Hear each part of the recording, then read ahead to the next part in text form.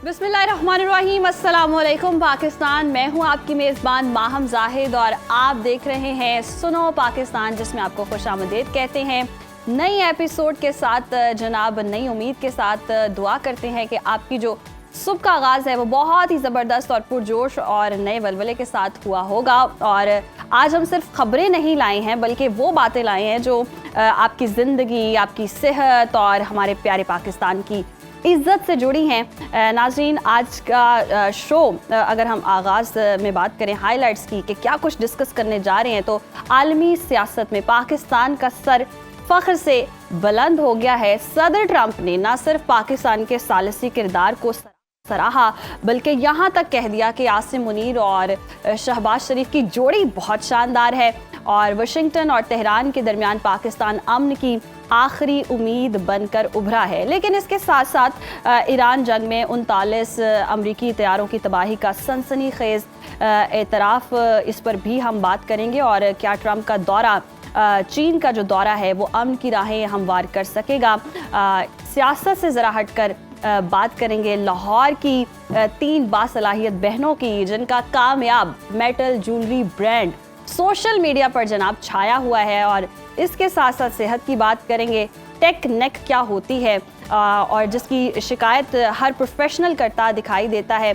इसके साथ साथ ड्रग डीलर अनमोल पिंकी को हम कैसे भूल सकते हैं, जो आजकल खबरों की जीनत बनी हुई हैं। इस केस से जुड़े सनसनीखेज इंकशाफात भी आपके सामने रखेंगे। और साथ ही साथ आपकी स्माइल का सबसे बड़ा जरिया दांतों की चमक का जादुई नुस्खा भी आज के प्रोग्राम में आपके साथ शेयर करेंगे। और क्रिप्टो पाकिस्तान के तरीन क्या मंसूबे हैं और क्यों कामयाब होगा प्रोग्राम, कैसे कामयाब होगा, इस सारे मामले को भी आज हम प्रोग्राम का हिस्सा बनाएंगे। तो आपने जुड़े रहना है सुनो पाकिस्तान के साथ, कहीं नहीं जाना। रिमोट को साइड पे रख दे, अपनी चाय कॉफ़ी ले लें और शो को ज़रूर एंजॉय कीजिएगा। और अगर गलती से कोई सेगमेंट मिस हो जाता है तो सोशल मीडिया पर जाकर आप हमारे सेगमेंट्स को दोबारा से एंजॉय कर सकते हैं। प्रोग्राम का जनाब बाकायदा आगाज़ कर लेते हैं। आलमी सियासत के स्टेज पर इस वक्त हम देख रहे हैं, अगर किसी मुल्क का डंका बज रहा है वो है हमारा प्यारा पाकिस्तान। एक तरफ अमेरिका है, दूसरी तरफ ईरान और बीच में है पाकिस्तान। और अमन के लिए जी नाकाबिले फरामोश किरदार अदा कर रहा है। सदर ट्रंप ने अमेरिका में पाकिस्तान मुखालिफ तमाम लॉबीज को शट अप कॉल दी है और army chief general Asim Munir और वज़ीर आज़म शहबाज शरीफ की कोशिशों को शानदार करार दिया है। लेकिन कहानी इतनी सादा नहीं है जितनी नज़र आ रही है। एक तरफ सिफारतकारी चल रही है तो दूसरी तरफ समंदरों में हलचल है। कुवैत ने ईरानी अफसरान को गिरफ्तार कर लिया। अब नए हुरमज़ पर ईरान का कंट्रोल सख्त होता जा रहा है। और उधर अमरीकी कांग्रेस में एतराफ़ किया गया है कि इस जंग में अमरीका के 39 तैयारे तबाह हो चुके हैं। ट्रंप मकबूलियत खो रहे हैं, मगर ईरान से मुआहदे के लिए किसी जल्दी में नहीं है। क्या दौरा चीन से अमन की कोई राह निकलेगी? चीन क्यों चाहता है कि पाकिस्तान अपनी कोशिशें तेज़ करे? और पाकिस्तान इस तनी हुई रस्सी पर कब तक तवाज़ुन बरकरार रख सकेगा? इन तमाम सवालात के जवाब जानने के लिए और डिस्कस करने के लिए हमारे साथ मौजूद हैं माहिर दिफाई उमूर air commodore retired Khalid Chishti साहब। खालिद साहब, बहुत शुक्रिया आपके वक्त का। वेलकम टू सुनो पाकिस्तान। हम देख रहे हैं सदर ट्रंप का आर्मी चीफ और वज़ीर आज़म पाकिस्तान की कारकर्दगी को सराहना, उनको शानदार कहना, उनकी जोड़ी को शानदार कहना और दिफाई और सिफारती लिहाज से पाकिस्तान की इतनी कामयाबियाँ, कितनी बड़ी आप इसको अचीवमेंट समझते हैं पाकिस्तान के लिए? जी बहुत शुक्रिया महम। गुड मॉर्निंग और अस्सलाम वालेकुम आपको और आपके व्यूअर्स को। वालेकुम अस्सलाम। बिल्कुल आपने ठीक कहा कि पाकिस्तान एक साल में अल्हम्दुलिल्लाह मई 2025 से लेकर आज तक इतना ट्रांसफॉर्म हुआ है दुनिया की रेलेवेंस के पॉइंट ऑफ व्यू से। और हम मई में बात कर रहे थे जब 6 मई को कि लास्ट ईयर तो हिंदुस्तान ने समझा था कि हमारी कोई कमिटी ऑफ नेशंस या ग्लोबल हमारी कोई रेलेवेंस रह नहीं गई। तो जाहिर है उसने इसीलिए सोचकर ये हमला किया था कि जो मई 2025 में किया था कि पाकिस्तान को लीस्ट रेलेवेंट कर दिया जाए, क्योंकि उनका ख्याल था कि दुनिया में कोई मदद को नहीं आएगा। और मैं तो एक साल से कह रहा हूँ दुनिया में आपकी मदद करने कोई नहीं आता जब तक आप अपनी मदद खुद नहीं करते। आप एक रिजॉल्व दिखाते हैं, एक सॉवरेनिटी दिखाते हैं। उसके बाद दुनिया को रियलाइज हुआ कि पाकिस्तान ना सिर्फ लास्ट ईयर अपनी सॉवरेनिटी के लिए लड़ रहा था, बल्कि आज अल्हम्दुलिल्लाह एक साल के अंदर हम ग्लोबल पीस के लिए अपनी कंट्रीब्यूशन दे रहे हैं। तो एलिमेंट ऑफ प्राइड है कि नो लेस देन मोस्ट जो राइवल्स थे इस वक्त, ईरान और अमेरिका, दोनों ने पाकिस्तान को इस काबिल समझा कि पाकिस्तान एक कैसा प्लेटफॉर्म है और एक न्यूट्रलिटी एलिमेंट है हमारे अंदर, जिसके अंदर वो हमारे साथ ट्रस्ट कर सकते हैं। और लीडरशिप भी तमाम आई, हमने देखा। और सबसे ज़्यादा बढ़कर देखिए कि सिर्फ ईरान और अमेरिका नहीं थे लड़ रहे, इसमें रीजनल जो मुल्क थे, खासतौर पर जीसीसी के अरब दोस्त थे, वो भी शामिल थे। तो उनका भी पाकिस्तान पर ट्रस्ट करना और एक एतमाद करना और रिफ्रेन करते रहना इस रिटेलिएशन से, जिसमें ईरान ने उन पर तो हमले किए लेकिन उन्होंने रिटेलिएशन नहीं किया। तो अब विजुलाइज करें कि कितनी खतरनाक जंग हो चुकी होती।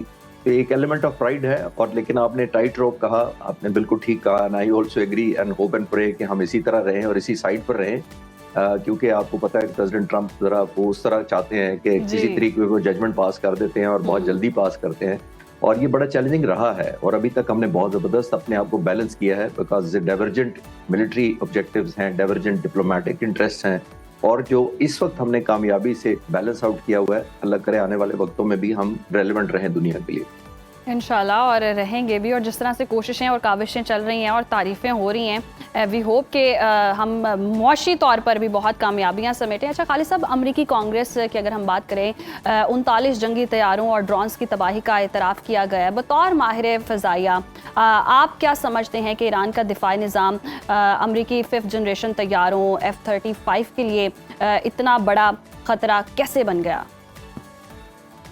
माहम, जब ये शुरू में जहाज शूट होना शुरू हुए थे, ये टारगेट शुरू हुए थे जंग के फौरन शुरू होने के बाद, आपको याद होगा 3 F-15 एक ही दिन में लूज हुए थे, और उसके बाद आने वाले वक्तों में मुख्तलिफ नौइयत के उनके जहाज मारे गए। तो उस वक्त भी मैं मीडिया पर आया था या आया करता था, तो उस वक्त मुझे पूछा गया था कि ये, उन्होंने कहा ये फ्रेंडली फायर है, और मैंने पहले दिन ही एग्री नहीं किया था कि ये फ्रेंडली फायर नहीं होता। फ्रेंडली फायर एक होता है, उसके बाद आप सबक सीख लेते हैं। और मैंने आपको व्यूअर्स को याद कराया था कि फ्रेंडली फायर वो होता है जब इंडिया ने अपना हेलीकॉप्टर मार लिया था अभिनंदन के टाइम पर 27 फरवरी 2019 को। तो वो फ्रेंडली फायर का नतीजा था कि पैनिक मच गई थी जब अभिनंदन यहाँ पाकिस्तान में शूट हो गया था। इंडियन ने समझा कि हर आने वाला जहाज थ्रेट है, तो अपने ही हेलीकॉप्टर को मार लिया था। ये एक पॉसिबिलिटी होती है, फॉग ऑफ वॉर कहते हैं, जिसके अंदर धुंधलाहट होती है, क्लैरिटी नहीं होती, मिस आइडेंटिफिकेशन हो सकती है, लैक ऑफ कम्युनिकेशन हो सकता है। तो वन टाइम आप दे सकते हैं कोई बेनिफिट के वॉर का इस तरह खतरनाक एक एलिमेंट ये भी है। लेकिन 3 जहाज एक ही एयर स्पेस के ऊपर एक ही जगह पर मारे जाना, मैंने उस वक्त भी कहा था। उसके बाद ये तादाद बढ़ती गई। मेरे लिए ये as a student of air power ये कंसर्न नहीं था कि F-35 उनका बखैरियत लैंड कर गया, उन्होंने कहा जी हमारा जहाज लैंड कर गया। मेरा कंसर्न ये था कि हिट हुआ है। देखिए, हिट होने के बाद उसकी लक है, पायलट की पायलटेबिलिटी या स्किल है, नियर टू द बेस होना भी हो सकता है, करीब हो, जहाज उन्होंने उतार दिया हो, लेकिन हिट हो जाना बड़ा खतरनाक था। मैं इंशाल्लाह चंद दिनों में एक रिसर्च मुकम्मल कर ली है, मैं अपनी एक डॉक्यूमेंट्री अपने चैनल पर ही डालूंगा, how this F-35 was targeted and hit. वो मैंने आइडेंटिफाई करके वेरीफाई भी कर लिया। इंशाल्लाह उसमें थोड़ी सी टेक्निकल डिटेल्स और बताऊंगा कि ईरान ने ये कामयाबी हासिल कैसे की है। सही, और आसानी हो जाएगी हमें समझने के लिए भी। अच्छा, ईरान का दावा है कि अब नाए हुर्मस का मुकम्मल कंट्रोल अब उनके पास है। अगर ये रास्ता मुस्तकिल बंद रहता है तो आलमी दिफाई सप्लाई लाइन पर इसके क्या असरात होंगे? खित्ते पर कैसे, हम देख भी रहे हैं अभी तो महंगाई में भी बहुत ज़्यादा इजाफा हो रहा है, तमाम ममालिक भी इसको कहीं ना कहीं अफोर्ड नहीं कर पाएंगे। जी बिल्कुल, आप ठीक कह रही हैं मां। देखिए, एक न्यू फाउंड जो बॉम्ब, एक और इकोनॉमिक बॉम्ब की शक्ल में ईरान के हवाले कर दिया गया है, और ऑब्वियसली अमेरिका की कंट्रीब्यूशन ये है कि उन्होंने हमला किया, वो स्टबन हुए, उन्होंने हिट बैक किया और रेजिलियंस दिखाते हुए स्टेट ऑफ हॉर्मुज़ को बंद कर दिया। स्टेट ऑफ हॉर्मुज़ हम थियोरेटिकली लास्ट जो जून 2025 में हुआ था, इनका एस्केलेशन हुई थी, उस वक्त ईरान ने सिर्फ थ्रेट किया था, और हम जैसे तमाम तजिया नगार समझते थे कि किसी को भी नहीं पता था कि कितनी कामयाबी से ईरान ये स्टेट ऑफ हॉर्मुज़ को ब्लॉक करने की पोजीशन में है, और उसके पास मायर्स या वेपन्स या एक रिजॉल्व है भी कि इतना सस्टेन कर सके। तो अब हमने रियलाइज किया कि उन्होंने शायद उनके लिए भी प्लेजेंट सरप्राइज होगा, ईरानियन के लिए, अपने लिए भी, कि हमने इतने ऑलमोस्ट 2.5 महीने हो गए हैं तो स्टेट ऑफ हॉर्मुज़ को बंद किया हुआ है। तो ये एक न्यू फाउंड रियलिज्म है, ईरान के हक में है, और सबसे ज्यादा आपने नोट किया कि वो लीवरेज ही यही ले रहे हैं, क्योंकि उनको पता है कि ये चोकिंग पॉइंट है। हम सब जानते हैं दुनिया का 20% तेल है, और जो हम भूल जाते हैं दुनिया का कोई 80% LNG भी इधर से गुजरती है और LNG का कोई ऑल्टरनेट रूट नहीं है सिवाय स्ट्रेट ऑफ हॉर्मज के। तेल का तो फिर भी है, सऊदी अरब ने अपनी पाइप बिछाई हुई है, चाइना की तरफ भी कुछ लाइनें हैं, तो और तरफ डिस्ट्रीब्यूशन फिर भी चली जाती है। लेकिन ये एक वाहिद रास्ता था और एक न्यू फाउंड रियलिज्म मैं इसलिए कह रहा हूँ कि अब सबसे ज्यादा ईरान इसी पर बार्गेन करना चाहता है। वो कहता है पहले स्ट्रेट ऑफ हॉर्मज की बात करो, न्यूक्लियर की बाद में करेंगे, तो उसको लीवरेज मिल गया है। तो ये आने वाले वक्तों में मेरा ख्याल है और ज्यादा खतरनाक हो जाएगा, डिपेंड करता है, क्योंकि अब देखिए अमेरिकन प्रेसिडेंट जाके चाइनीज प्रेसिडेंट को सबसे पहले स्टेट ऑफ हॉर्मज ही कह रहे हैं, जो अभी तक बातचीत हुई है या नजर आ रही है मीडिया पर, कि वो कह रहे हैं कि स्टेट ऑफ हॉर्मज खुलवाएं ताकि हम भी अपना अनब्लॉक करें। तो बहुत महंगा पड़ रहा है अमेरिका को भी और ग्लोबल इकोनॉमी को। बिल्कुल, और कहीं ना कहीं ईरान को भी ये बात समझ आ चुकी है कि स्टेट ऑफ हॉर्मज ही उनके लिए किसी तरह जौहरी हथियार साबित हो रहा है और होगा भी। वो ना भी बनाए जौहरी हथियार तो आपने हॉर्मज वाले मामले पर अभी भी हम देख रहे हैं कहीं ना कहीं डेडलॉक भी बरकरार है। तो ट्रंप ने, अगर हम ट्रंप की बात कर लेते हैं, उनको तो खैर पजीराई कहीं से भी नहीं मिल रही है। अमेरिका तक भी उनको अब कहीं हम देखें तो सपोर्ट नहीं करता है जंग के मामले में। अमेरिकी मीडिया को वो बुज़दिल और उनकी कवरेज को गद्दारी करार दे रहे हैं। तो क्या अमेरिका इस वक्त इंफॉर्मेशन वॉरफेयर में ईरान से हारता हुआ दिखाई दे रहा है आपको? देखिए अभी मीडिया तो बहुत बड़ा है, इतनी जल्दी तो नहीं हारेगा, लेकिन क्रिटिसिज्म जरूर हो रहा है जो कि अनयूजुअल नहीं है। अमेरिकी जो मीडिया है वो बहुत ओपन है, उस पर कोई पाबंदियां, सैंक्शंस नहीं है, कोई सेंसरशिप नहीं है। तो अमेरिकी जो मीडिया बहुत खुल के बात करता है, इसी तरह उनके लीडर्स बात करते हैं, तो वो एक नेचुरल है उनका फिनोमेना। लेकिन क्योंकि उन्होंने, मीडिया ने भी पब्लिक पल्स को देखना होता है, पब्लिक पल्स जो है वो ऑलमोस्ट आपने देख ही लिया कि ओवर 65%, 68% के करीब लोग जो है वो जंग के खिलाफ हैं। तो जाहिर है मीडिया भी वही कहता है जो लोग पढ़ना या देखना या सुनना चाहते हैं। तो नेचुरल बात है वो लोगों की नुमाइंदगी कर रहा है, एक बात है। अनफॉर्चुनेट पार्ट यही है कि रियलिज्म नहीं आ रहा। वो अंग्रेजी में रैशनैलिटी की तरफ कहते हैं ना कि जब आप रैशनैलिटी आपको होनी चाहिए, तो रैशनैलिटी का पहला असूल ये है कि when you are in the hole stop digging. तो बदकिस्मती से अब ये दोनों मुल्क नहीं या दोनों साइडें नहीं मान रही कि होल में है कौन। दूसरी साइड समझती है कि होल के अंदर दूसरी साइड गिरी हुई है और दे शुड स्टॉप डिगिंग। हालांकि मेरा ख्याल है दोनों साइडें होल के अंदर हैं और दोनों डिग कर रही हैं, क्योंकि और ज्यादा खतरनाक सूरत हो रही है। ईरान का भी बहुत डैमेज हुआ है, रिजॉल्व अपनी जगह है, पर मिलिट्री इंफ्रास्ट्रक्चर को जितना सामना करना पड़ा है बमबारी का कंसिस्टेंटली 40 दिन, वो बहुत रेजिलियंस जरूर दिखाई है, लेकिन डैमेज भी बहुत हुए। इसी तरह अमेरिका की जो मिथ थी, जो उनका जोम था और एक प्राइड था कि हम सबसे बड़ी नेवी हैं, हम सबसे बड़ी एयरफोर्स हैं, एयर पावर हैं, हम डोमिनेंस करते आए हैं और करते आए हैं, इसमें कोई शक नहीं है। लेकिन यहाँ पर नहीं कर सके क्योंकि स्टेट ऑफ हॉर्मज एक बंद गली है। यहाँ पर कोई भी बंद गली में आएगा तो जाहिर है सफर ज्यादा करेगा और बेनिफिट अपने साथ कम लेके जाएगा। बिल्कुल, आपने दोनों होल्स की बात की है, डिगिंग की बात की है। ऐसे में पाकिस्तान बहुत किरदार अदा कर रहा है कि कहीं ना कहीं ये होल कवर हो जाएं। चाइना भी अब तो मैदान में आ रहा है और जिस तरह से दौरा भी किया गया है, आपको लगता है कि कुछ ना कुछ चाइना की तरफ से किरदार अदा किया जाएगा? क्योंकि वो पाकिस्तान से तो दरख्वास्त कर रहा है कि सालिसी को तेज करें। तो चीन क्या खुद बराह रास्त इस मामले में कूदने को तैयार नहीं है, कतरा रहा है, या पाकिस्तान को ढाल बना रहा है? नहीं, वहाँ मेरा ख्याल है जो चाइना है वो ट्रेडिशनली इस तरह के मामलों में डायरेक्ट नहीं पड़ता। इसीलिए आपने नोट किया कि उसने पाकिस्तान को काफी इनकरेज किया कि पाकिस्तान फेस फ्रंट पे रहे और पीछे उनकी सपोर्ट दी थी उसने डेफिनेटली। लेकिन अब ये वो मौका आ गया है, बल्कि मौका खत्म भी हो गया। फ्राइडे को मेरा ख्याल लंच करके प्रेसिडेंट ट्रंप वापस जा रहे हैं, प्रेसिडेंट शी के साथ लास्ट गुड बाय लंच है फ्राइडे को। और ये हमें देखना पड़ेगा कि प्रेसिडेंट ट्रंप का टेक होम क्या है। देखना ये कि प्रेसिडेंट ट्रंप ने बहुत अरसा आपने देखा आने से पहले कोशिश की कि जंग बंद हो जाए, इसीलिए उन्होंने दौरा भी मुलतवी किया अपना और आगे कर दिया, थिंकिंग कि मैं एक बड़ी प्राउड विक्ट्री लेकर जाऊंगा चीन को, तो मेरी नेगोशिएशन स्ट्रेंथ चीन के मामलात में जो है बायलैटरल दोनों मुमालिक के, उस पर बहुत स्ट्रांग स्ट्रेंथ हो जाएगी। तो वो नहीं हो पाया। अब प्रेसिडेंट ट्रंप आपने नोट किया होगा जाने से पहले कुछ सॉफ्ट बयान भी देते थे कि ईरान की तरफ से सेंसिबल बात हुई है, हम इस पे सोच सकते हैं। वो देने का मतलब ही ये था कि वो कोई डील हो जाए ताकि चाइना पर उनकी डिपेंडेंसी डील के मामले में कम या खत्म हो जाए। एक बात, अब चाइना जब डील में फैसिलिटेट करेगा तो चाइना बार्गेन करेगा। चाइना कहेगा कि मैं आपको अमन करवा देता हूँ मिडिल ईस्ट में, आपको फेस सेविंग दिलाता हूँ, आप ताइवान से पुल ऑफ करें, यानी ताइवान को सपोर्ट बंद करें और यहाँ इंटरफेरेंस बंद करें या टैरिफ पे कॉम्प्रोमाइज करें। तो आई थिंक चाइना अपने लीवरेज के लिए इस्तेमाल करेगा। There are no free lunches in global politics and diplomacy. हमेशा एक बार्गेन होती है, अपनी अपनी नेशनल इंटरेस्ट होती है, वो कन्वर्ज करती हैं, तो तब दो मुल्क करीब आते हैं या करीब नहीं आते हैं। तो मेरा ख्याल है प्रेसिडेंट शी जो है वो डेफिनेटली चाहेंगे कि इसको चीज को अपनी फेवर में इस्तेमाल करें, क्योंकि अमेरिका ज्यादा मजबूर लग रहा है ऑब्वियसली इस डील के लिए as compare to anybody else. सही, और इन मजबूरियों से फ़ायदा भी उठाना चाहिए, और हर मुल्क देखें तो अपना फ़ायदा ही देखता है, कोई ना कोई ऐसी डील निकालना ही चाहता है हर मुल्क की। लेकिन एक और चीज़ हम देख रहे हैं खित्ते में, एक और अहम पेशरफ्त हुई है। कुवैत में पासदारान इनकलाब के 4 अरकान की गिरफ्तारी और कुवैत का उसे तखरीबी अमल करार देना। खित्ते में जंग का एक नया महाज खुलता हुआ देख रहे हैं आप?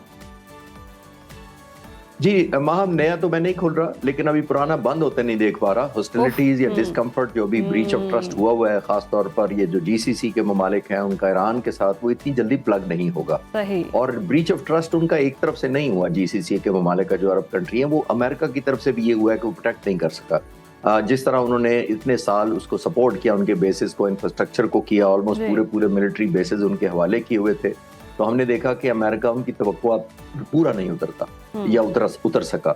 लेकिन दूसरी तरफ उनको इंटरनल प्रेशर भी बहुत है। जाहिर है उस तरह की जमहूरियत, डेमोक्रेसी तो नहीं है, और मीडिया इतना आजाद नहीं है इन ममालिक में उस तरह जिस तरह वेस्ट में होता है, तो वो उस तरह तो ओपिनियन सामने नहीं आ रही। बट कुदरती अमल है कि एक जो हमला होता है, जब एक मुल्क के ऊपर सॉवरेनिटी ब्रीच होती है, तो लोग सवाल तो करते हैं कि हमारा इसमें लेना देना ही नहीं है जंग के अंदर। और ईरान कहता है कि जब तक आपने बेसिस रखे हुए हैं, आप मेरे लिए लेजिटिमेट टारगेट है, अगर आप यहाँ से वॉर फाइटिंग एफर्ट जनरेट करेंगे तो आप लेजिटिमेट टारगेट बनेंगे। तो आई थिंक एक न्यू फाउंड, जिसको कहते हैं ना रियलिज्म, आया है, वो तमाम मुल्कों के लिए आया है। ईरान को अपनी एक न्यू फाउंड स्ट्रेंथ मिली है in the form of state of Hormuz and regionalisation of the war, number 1। Number 2, Iran को ये एक मिली है कि वो इजराइल तक हिट कर पाया है, वो उसको एक रियलिज्म मिला है। सस्टेनेबिलिटी का ईरान को पता लगा। जीसीसी के ममालिक को ये रियलाइज हुआ है कि over the period of time हम अमेरिका को ज्यादा डिपेंडेंट समझ रहे थे, कि अमेरिका पर डिपेंडेंसी, और वर्ल्ड वॉर 2 के बाद जो अमेरिका ने हमें, और खास तौर पर जो पिछले 3-4 दिहाइयों में पर्टिकुलरली जो डिग्री ऑफ एश्योरेंस दी थी, वो तो पूरी नहीं हो सकती। और ईरान का एक पावर सामने आई है, जाहिर है वो एक रेजिलिएंट कौम नहीं है, सिर्फ उसने स्ट्राइक भी किया है अपने रीजन मुल्कों में। तो आई थिंक एक रियलिज्म सब मुल्कों में आया है कि न्यू फाउंड अलायंसेज आएंगी, कोलैबोरेशन आएगी, डिफेंस पैक्ट्स आ सकते हैं, और नेटो टाइप की कोई अगर बन जाए तो वो आइडियल होगी। बट अभी मैं उसकी तरफ कंक्लूजन नहीं कर सकता, क्योंकि बहुत सारे स्टेक होल्डर्स के अपने डाइवर्जेंस हैं। बिल्कुल, इस जंग के बाद ये चीज़ तो तय हो चुकी है कि हर ममालिक को, हर मुल्क को अपने जो मामलात हैं, कहाँ स्टैंड करते हैं, क्या स्ट्रेंथ है, क्या वीकनेसेस हैं, उन चीज़ों का आइडिया हो चुका है। बहुत शुक्रिया खालिद साहब आपके वक्त का। और जो सूरत हाल है वो नहीं है कि मुज़ाकरात का दौर चलता है वो, पर नतीजा खेज़ नहीं रहता। अब दोबारा से कभी जंग बंदी की बात होती है, और कभी मामलात ऐसे होते हैं कि जंग के दहाने पर खड़े हैं। लेकिन जैसे खालिद साहब ने कहा कि तमाम जो ममालिक हैं उनको रियलाइजेशन हो चुकी है कि कौन कहाँ स्टैंड करता है। कुछ लो और कुछ दो वाली पॉलिसी है। हर कोई चाहता है कि कोई ना कोई बेनिफिट लेकर ना इस जंग से एग्जिट कर सके। फिलहाल तो जंग खत्म होती नजर नहीं आती है, लेकिन सालिसी के किरदार की बहुत तारीफें हो रही हैं। पाकिस्तान को बहुत सराहा जा रहा है। चाइना इस मामले में कूदना तो नहीं चाहता बराह रास्त, लेकिन यस, पाकिस्तान को वो इस बारे में ज़रूर तंबीह कर रहा है कि किसी न किसी तरह इस मामले को तेज़ करें और सालिसी का किरदार अदा करें और ख़ित्ते में अमन हो। और हम भी दुआ गो हैं कि ख़ित्ते में अमन हो और किसी तरह जंग बंदी की तरफ जाएं, कोई नया महाज ना खुल जाए। फिलहाल प्रोग्राम में वक्त हुआ है ब्रेक का। देखते रहिए सुनो पाकिस्तान।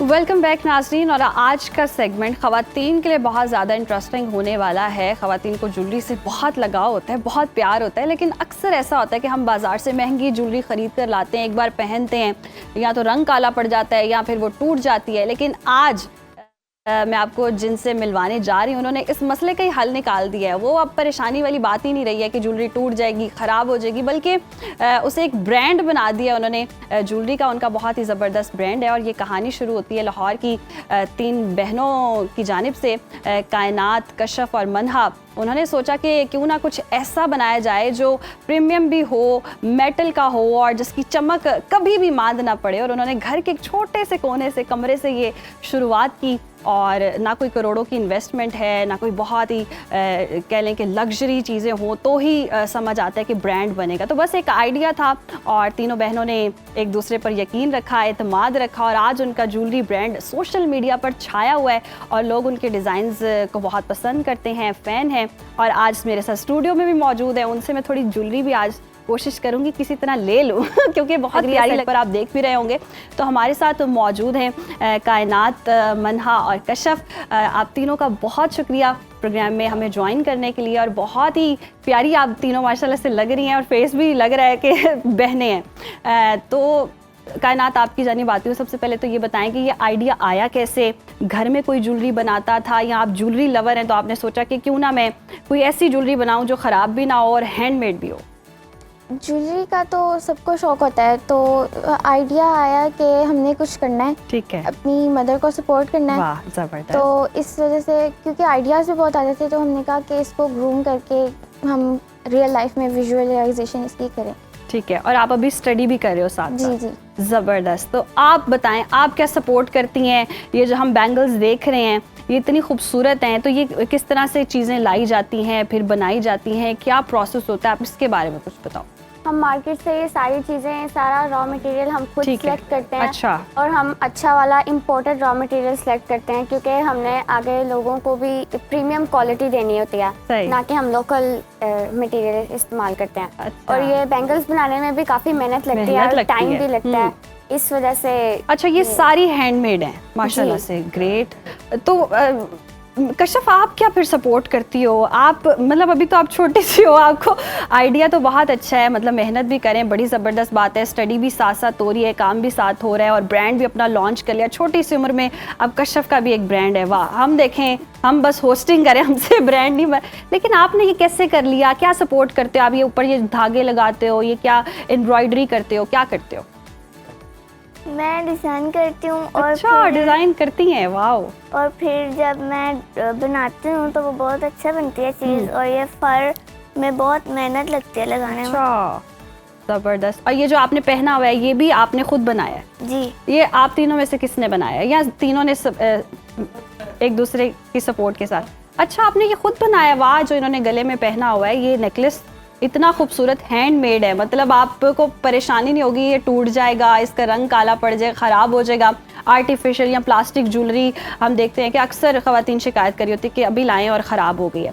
तो ये जो अभी हम मटेरियल की बात करें, ये कितना मटेरियल कहाँ से मिलता है आपको? रॉ में आप लेकर आती हैं, तो इसके बारे में कोई मतलब हम डाउट नहीं रख सकते कि ख़राब होगा? होता है ना कि ब्लैक हो जाता है, ये भी हम देख रहे हैं, अंदर मेटल है, चूड़ियाँ, ये ख़राब तो नहीं होंगी? नहीं, ये ख़राब नहीं होती। हम रॉ मटेरियल जो इम्पोर्टेड सामान आता है ना, उसमें से हम जाके ख़रीदते हैं, खुद ही सिलेक्ट करते हैं, और फिर जब हम लाते हैं फिर उसको बनाते हैं। अच्छा, ये हो गई बैंगल्स। बैंगल्स के अलावा और क्या क्या प्रोडक्ट्स हैं जो आप बनाती हो? बैंगल्स के अलावा ब्रेसलेट्स हैं, नेकलेसेस हैं, पूरा पेयर ज्वेलरी सेट हमारे पास, मालाएँ होती हैं, सही। अच्छा, और इयरिंग्स होते हैं। ज़बरदस्त। तो कोई एक प्रोडक्ट के क्या प्राइस हैं? कोई मुनासिब प्राइस हों कि लोग ख़रीदना चाहते हो तो इजीली मिल भी जाएं? बैंगल्स की आप कौन सी बैंगल्स लेना चाह लेट्स रहे हो? सपोज चलें हम अपने ड्रेस के साथ की, ये देखें, ये बैंगल्स हैं, ये हैंडमेड हैं, वाओ ज़बरदस्त। अब इसके क्या प्राइस हैं? इसकी है 1250। 1250, ये आपके ड्रेस के साथ भी मैच हो रही है।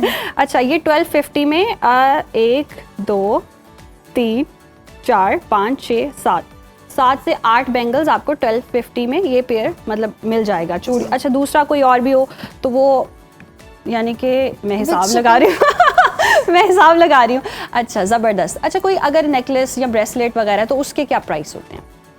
वो डिपेंड करता है, वैसे जो जिस तरह का रॉ मटेरियल हमने यूज़ किया है उसके ऊपर टाइम जितना लगा है, और मतलब बहुत सी वैरायटी है ना नेकलेसेस और ब्रेसलेट्स में भी। ठीक है, इस वजह से। सही।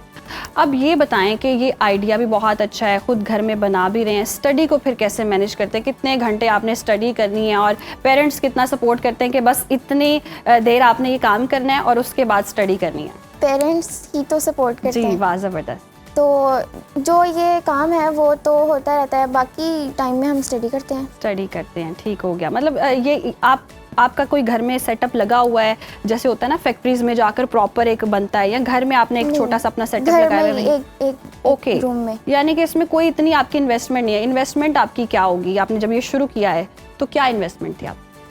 इन्वेस्टमेंट का तो पता नहीं, क्योंकि ये हमने अपने सारी छोटी ईद उल फितर पे जो हमारी ईदी जमा हुई थी, ये हमने इससे सारा शुरू किया। ज़बरदस्त। यानी कि इतनी ईदी जमा हुई कि उन्होंने एक आइडिया अपना जो है वो एक प्रोडक्ट बनाकर, अपना ब्रांड बनाकर यहाँ पे लॉन्च कर दिया है। ज़बरदस्त सी बात है। लेकिन फिर भी कोई एक रफ सी अमाउंट तो हमें बताए ना कि हमें अंदाज़ा हो। लेट्स सपोज अगर मैं शुरू करना चाहूँ अपना ब्रांड, तो कितनी इन्वेस्टमेंट हो सकती है? कितने पैसों से आपने शुरू किया होगा? ये 25 to 40 लग गए होंगे। थाउजेंड्स, मतलब इतने आप इन्वेस्ट करें तो ये बन सकते हैं। तो अब कितनी आपकी सेल है, कितने ऑर्डर्स आते हैं दिन में, कितने ऑर्डर्स आप तैयार कर लेते हो? माशाल्लाह से बहुत सारे ऑर्डर्स आते हैं। वैसे हम कस्टमाइजेशन भी हमारे यहाँ अवेलेबल है, लेकिन जो हमने खुद की प्रोडक्ट्स बनाई हैं वो इतनी यूनिक होती हैं कि कस्टमाइजेशन की मतलब अवेलेबल की ज़रूरत नहीं पड़ती उनको। ओके। लाइक होता है ना कि अगर जैसे मुझे कस्टमाइज़ करवाना है, लेट्स सपोज आजकल हम देखते हैं मायो मेहंदी पर भी वो कस्टमाइज ज्वेलरी का बहुत रुझान हो गया, हैंडमेड ज्वेलरी का बहुत रुझान हो गया। तो अगर मैं आपको कहूँ कि मेरा कोई इवेंट है या फंक्शन है और मुझे कस्टमाइज़ करवानी है कोई ज्वेलरी, तो वो भी तैयार की जाती है? जी, वो वेरी करता है कि आप अपना आउटफिट भी बता सकती हैं, उसका कलर, अच्छा, वाह ज़बरदस्त। और फिर उसके हिसाब से उसके अकॉर्डिंग आप लोग तैयार करते हो। वाह खूबसूरत, बहुत बढ़िया काम कर रहे हैं भाई आप, और वेल डन, बहुत शुक्रिया आप तीनों के वक्त का भी।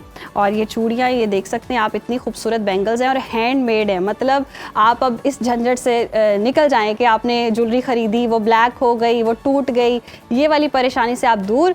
और कस्टमाइज़ भी आप करवा सकते हैं। आपका कोई इवेंट है, आप अपना ड्रेस दिखाएं, बताएं इन्हें, और आप फिर कस्टमाइज ज्वेलरी भी बनवा कर उसको मतलब स्टाइल कर सकते हैं। तो मुझे तो ये बैंगल्स बहुत पसंद आई है, मेरे देखें ड्रेस के साथ भी जा रही है, तो मैं इनसे ये बस लेकर भाग रही हूँ। तो ब्रेक पर चलते हैं। ब्रेक में मैं कोई इनसे बार्गेनिंग करती हूँ कि कुछ प्राइस सस्ता करके मुझे कोई चूड़ियाँ दे दें।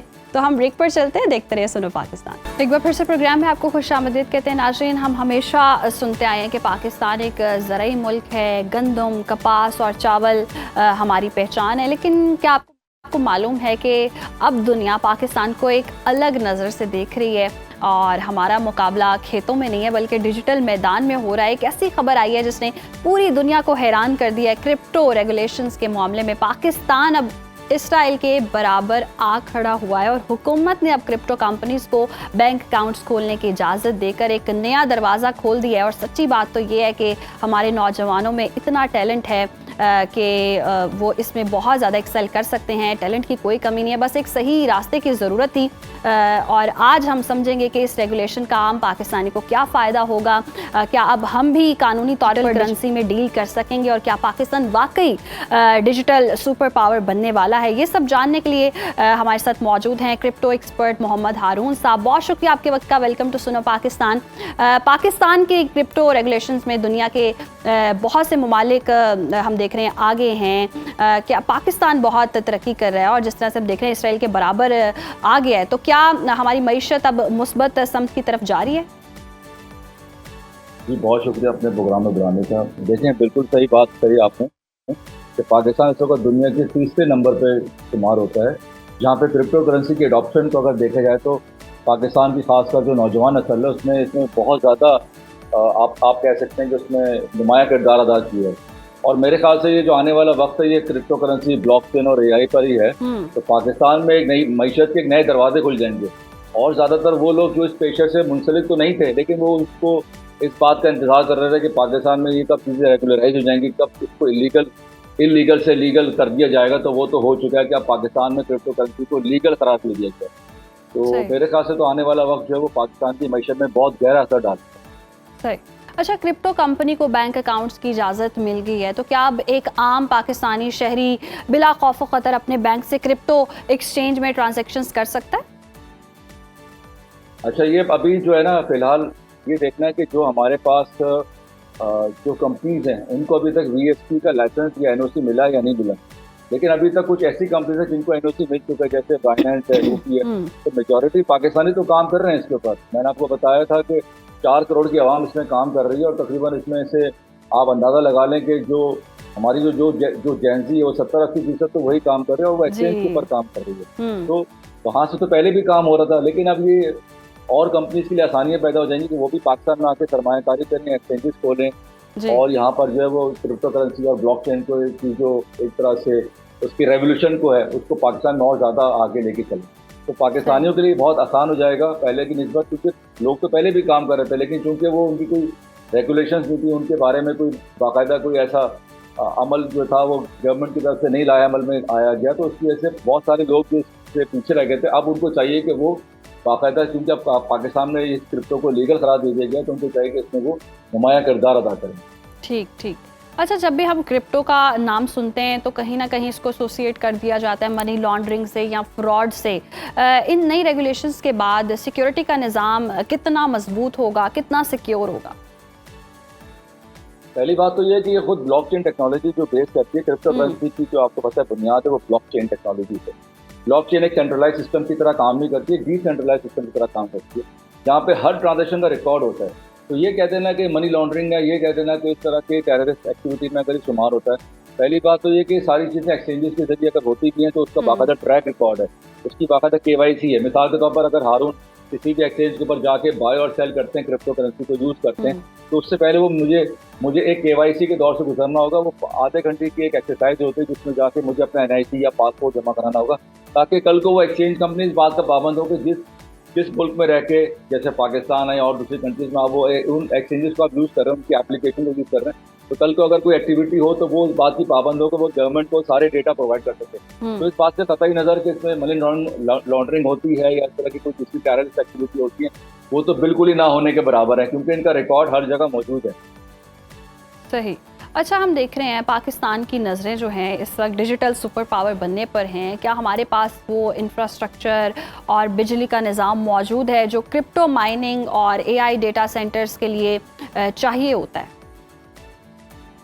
ये अच्छा सवाल है आपका। देखें, बहुत ज़्यादा चैलेंजेस हैं। कुछ ममालिक में तो बिजली को 4 सेंट पे दिया जा रहा है, यहाँ हमारे यहाँ 22 सेंट है। तो बताएं ना, कोई कंपनी आके पाकिस्तान में 22 सेंट के ऊपर तो माइनिंग नहीं कर सकती, क्योंकि अभी अगर मैं बिटकॉइन की माइनिंग के हवाले से बात करूँ, थोड़ा टेक्निकल सवाल है, इसका जवाब भी ये है कि 4-6 सेंट से ऊपर उनको फिजिबल नहीं रहता यहाँ माइनिंग करना। लेकिन जो ममालिक जैसे इथोपिया है, मैं आपको मजे की बात बताऊँ, इथोपिया में इस वक्त 12 लाख मशीनें लगी हुई हैं माइनिंग की, और उनको 4 सेंट की बिजली प्रोवाइड की जा रही है।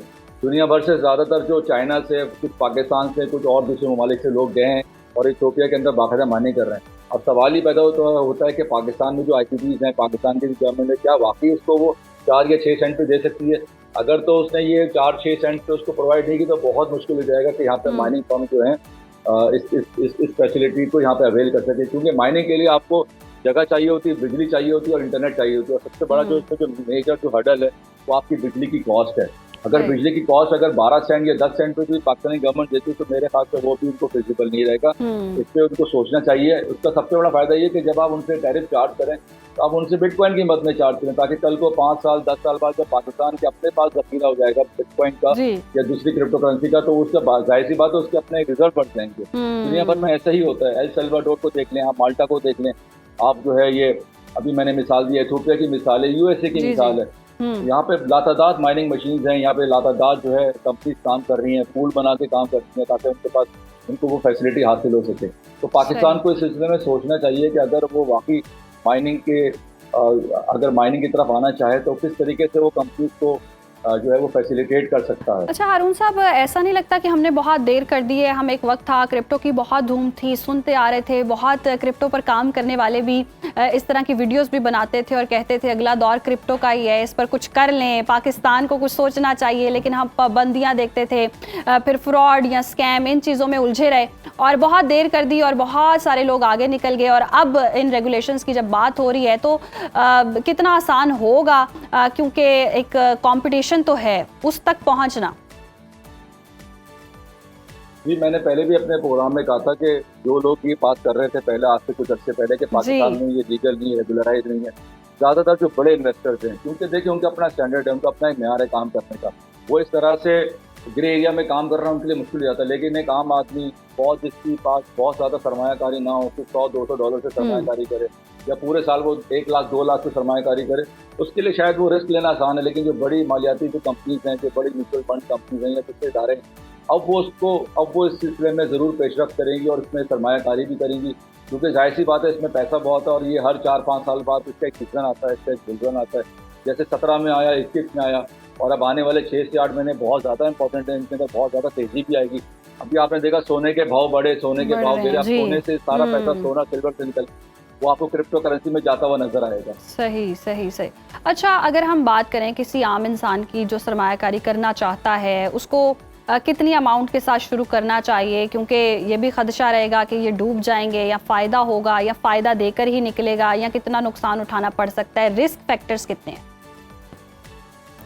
यहाँ पे एक बात देखी गई, पाकिस्तान में ज़्यादातर जो लोग ट्रेडिंग करते हैं वो फ्यूचर की ट्रेड करते हैं, वो ज़्यादातर उसमें रिस्क एलिमेंट बहुत ज़्यादा होता है, यानी कि उसमें सहूलत ये होती है कि उसमें रियल लाइफ परफॉर्मेंस आ रही होती है, लेकिन ज़्यादातर जो पाकिस्तानी अपना पैसा डिबोते हैं वो फ्यूचर ट्रेडिंग डिबोते हैं। मैं उनको ये एडवाइस करता हूँ कि आप कोई भी ऐसे प्रोजेक्ट उठाएं जिनकी कैटेगरी AI है, AI एजेंट है, टीपिन है, या इसके अलावा रॉज है, रियल वर्ल्ड एसेट्स की बात करूँ, या इसके अलावा सिक्योरिटी प्राइवेसी पॉइंट की बात करूँ, वहाँ पे सरमायाकारी करें और किसी की मदद जरूर लें। और जहाँ तक सरमायाकारी का एक वॉल्यूम का ताल्लुक है, वो तो डिपेंड करता है कि आप कितना रिस्क ले सकते हैं, लेकिन इसके साथ साथ ये देखना जरूरी है कि आप उसको कितनी देर होल्ड कर सकते हैं। कुछ लोगों में जो है, हमारे यहाँ तबीयतन जो है वो बेचैनी ज़्यादा होती है, लेकिन मैं कहता हूँ कि अगर आप अगर आप टोकन को या उसी कॉइन को अपने वॉलेट में 6 से 8 महीने 12 महीने अगर आप होल्ड करें तो आपको एक अच्छा खासा मुनाफा आपको दे देती है। क्योंकि आप जिस प्राइस पे उसको उठा रहे होते हैं उस वक्त उसकी इंपॉर्टेंस तो होती है, वैल्यू नहीं होती, तो लोग उसको अंडर एस्टिमेट करते हैं। तो बेहतर ये कि आप ऐसे लो मार्केट कैप के टोकन उठाएं। ये मेरा उनको मशवरा हो सकता है, मैं गलत हूँ, लेकिन मैं इसी तरह ही करता हूँ कि जो लो मार्केट कैप के जो होते हैं जिसके अंदर काम शुरू हो चुका होता है, काम हो रहा होता है, उनकी वैल्यू कम होती है और लेकिन उनकी इंपॉर्टेंस ज़्यादा होती है, तो मैं उनको खरीद के रख लेता हूँ अपने पास। 6 से 8 महीने 12 महीने होल्ड कर लेते हैं। उसके बाद उसके अंदर जो नतीजा आता है वो मतलब ऐसा नतीजा आता है कि उसको कोई देख के जो है ना ये अंदाजा लगा सकता है कि वाकई इसमें इतना पैसा बनता है। लेकिन इसमें आपको सबसे ज़्यादा जो पहलू देखा जाता है वो पेशेंस का है। सब्र का पैमाना अगर आपके अंदर है, अगर आपके तबीयत में वो साइकोलॉजिकली अगर आप इतने स्ट्रॉन्ग हैं तो फिर आप इस चीज़ से बहुत पैसा बना सकते हैं। बिल्कुल हारून साहब, ये सब्र के पैमाने वाली बात तो आपने बिल्कुल दुरुस्त की है, लेकिन हम देखते हैं बड़ी नौजवान नस्ल जो है वो इस काम की तरफ आ चुकी है। फ्रीलांसर्स हैं, घर बैठ के कमाना चाहते हैं, थोड़ी सी इन्वेस्टमेंट करके ज़्यादा अमाउंट जो है वो चाहते हैं कि किसी ना किसी तरह मिल जाए और रातों रात अमीर हो जाएं। तो ऐसा कोई यानी कि अगर क्रिप्टो में देखें तो नुस्खा नहीं है। देखिए है कुछ जगहों पर है, लेकिन जाहिर सी बात है वो भी रिस्की है। जैसे ये ज़्यादातर मीम कॉइन आते हैं। अभी मैं आपको बात करूँ, ये चाइना इन्होंने विजिट किया तो चाइनिफिकेशन के नाम से एक मीम कॉइन आया और उसने रातों रात तकरीबन कोई 80 से 100 गुना उसने जो है जंप किया। अब ये 80 से 100 गुना लेना, उसको खरीदना, उसको बेचना इज वेरी ट्रिकी, इतना आसान नहीं है। आप उस स्क्रीन के आगे अगर सारे दिन बैठे रहें, उसको देखते रहें, उसको व्यू करते रहें।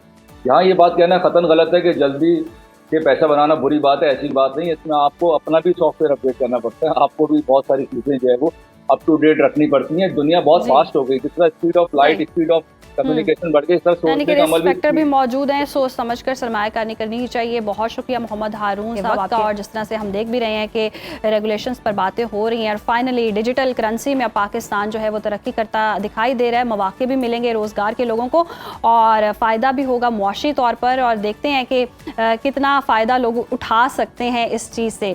नाज़रीन, अब प्रोग्राम में हम उस धरती माँ के बेटे को सलाम पेश करते हैं जिसने बहादुरी की एक नई दास्तान रकम कर दी है। टक एक छोटे से गांव मनकोर के 40 साल लियाकत अली, एक आम सा इंसान जो रेलवे से रिटायर हुआ, बकरियां पालता था और जिसकी आंखों में अपने बच्चों के लिए बहुत से ख्वाब थे।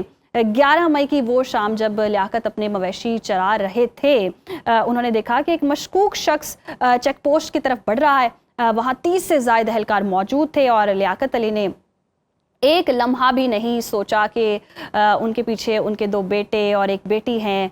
वो डोर क्रॉस किया उन्होंने और इस लम्हे उन्होंने हमलावर के सामने खड़े हो गए और उसे बाजुओं से जकड़ लिया और उसी दौरान धमाका हो गया। लियाकत अली ने अपनी जान तो दे दी, लेकिन 30 घरों के चिराग बुझने से बचा लिए। उनकी छोटी बेटी का अपने बाप के पास बैठकर ये पूछना कि अब मुझे कौन पढ़ाएगा, ये अल्फाज वाकई दिल चीर देते हैं। बताते हुए भी मुझे मेरी रूह कांप रही है। लेकिन आज पूरी कौम उस बच्ची के साथ खड़ी है। वज़ीर आज़म की सिफारिश पर उन्हें सितारे शुजात दिया गया। लियाकत अली ने साबित किया कि दहशतगर्दी के ख़िलाफ़ जंग सिर्फ फ़ौज की नहीं, इस मुल्क के हर शहरी की है और लियाकत अली की ये कुर्बानी कौम हमेशा याद रखेगी। अभी वक्त हुआ ब्रेक का। Welcome back on the show. और अब कुछ जी वेदर की बात कर लेते हैं जो बहुत ही ज़बरदस्त रहा। लाहौर का तो ख़ास तौर पर कल हमने देखा तूफ़ानी बारिश भी हुई, ओले भी पड़े और मुख्तलिफ़ शहरों में हमने देखा भी कि कहीं बारिश हो रही है, कहीं गर्मी है, कहीं तपिश महसूस हो रही है, कहीं सूरज जो है आबोताब से चमक रहा है।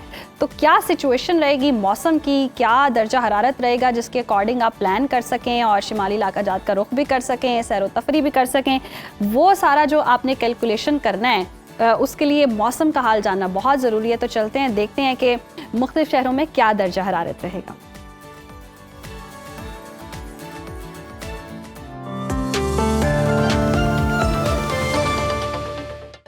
नाज़रीन, आज मुल्क के मौसम में कई रंग घुले हैं। कहीं सूरज पूरी आबोताब से चमक रहा है, कहीं बादल आसमान पर बसेरा डाले हुए हैं, जबकि कुछ इलाकों में हवाओं के संग बारिश की रिमझिम भी मुतवक्की है। महकमे मौसमियात के मुताबिक मुल्क के बेशतर हिस्सों में मौसम गर्म और खुश्क रहने का इम्कान है, जबकि सिंध और जनूबी बलूचिस्तान में सूरज आग बरसा सकता है। दूसरी तरफ बालाई पंजाब और खैबर पख्तूनख्वा के चंद इलाकों में बादल गरज चमक के साथ बरसने की तैयारी में है। तो आइए मौसम की इस दिलचस्प कहानी में शहर शहर का सफ़र करते हैं। सबसे पहले जी बात करते हैं बर्फपोश इलाके, चोटियों और ठंडी हवाओं की सरजमीन गिलगित बल्तिस्तान की, जहां पर हम देख रहे हैं मौसम खुशगवार मूड में दिखाई दे रहा है। गिलगित में बादल और धूप दोनों की आंख मचोली जो है वो जारी है। दर्जा हरारत की अगर हम बात करें तो यहाँ पर ज़्यादा से ज़्यादा 20 और कम से कम 10 डिग्री रहने का इम्कान है, जबकि स्कर्दू में खुनकी का राज है और कहीं कहीं बारिश और बर्फबारी की झलक भी देखने को मिल सकती है। यहाँ पर अगर हम पारे की बात करें तो हम देख रहे हैं ज़्यादा से ज़्यादा पारा है 13 और कम से कम 5 डिग्री रहने की तवक्को है।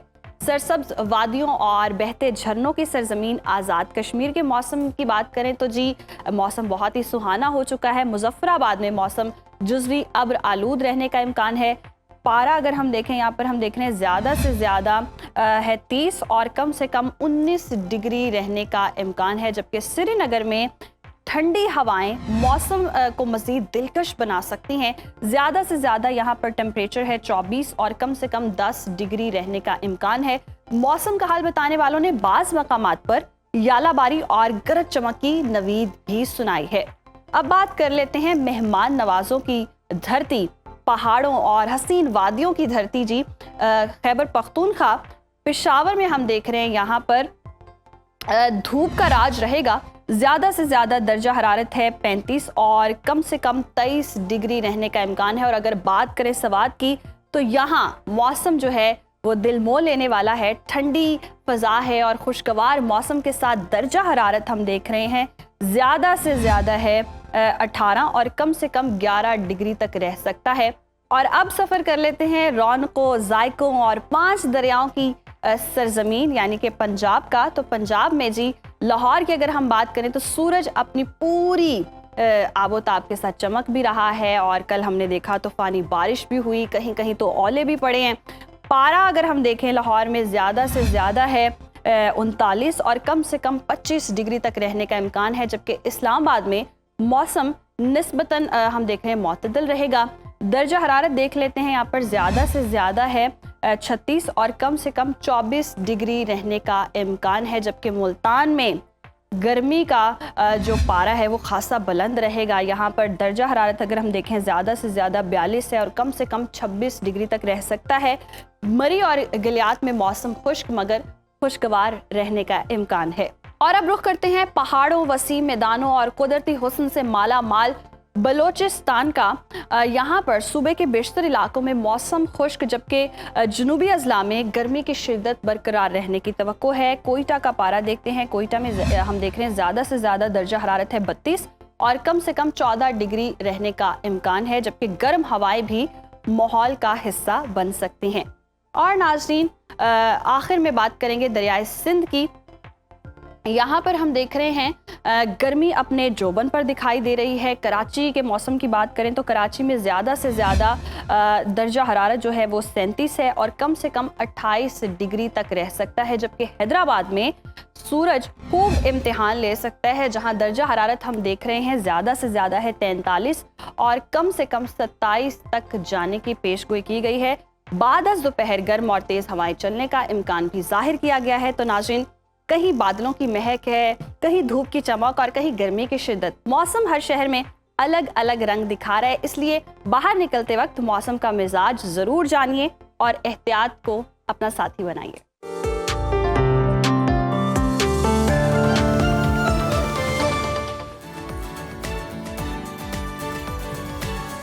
जी तो नाज़रीन, ये थी मौसम की सूरत हाल। और जब सुहाने और खुशगवार मौसम के बारे में सुनते हैं तो दिल का मौसम ऑटोमेटिकली बहुत ही ज़बरदस्त हो जाता है। और ऐसे में जब मार्का हक का जिक्र हो, उसकी बात हो, तो सर फ़ख्र से बुलंद हो जाएगा, दिल का मौसम भी बहुत ज़बरदस्त हो जाएगा, औसम हो जाएगा।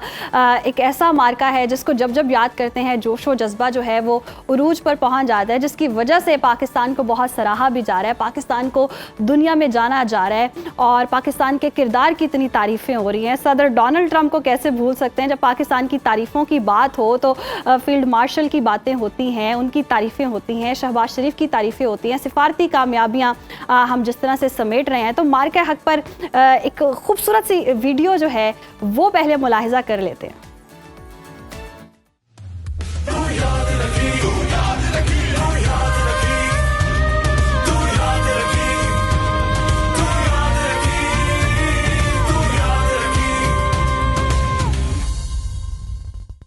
मैं पाकिस्तान मॉन्यूमेंट हूं, पत्थर से तराशा गया मगर एहसास से धड़कता हुआ। लोग कहते हैं मैं 2007 में तामीर हुआ, ये बात तो दुरुस्त है, मगर मेरी रूह ने उन काफिलों के साथ भी सफर किया है जो 1947 में अपना सब कुछ छोड़कर इस वतन की तरफ दीवाना वार बढ़ रहे थे। आज मैं तुम्हें तुम्हारी और अपनी दास्तान सुनाऊंगा।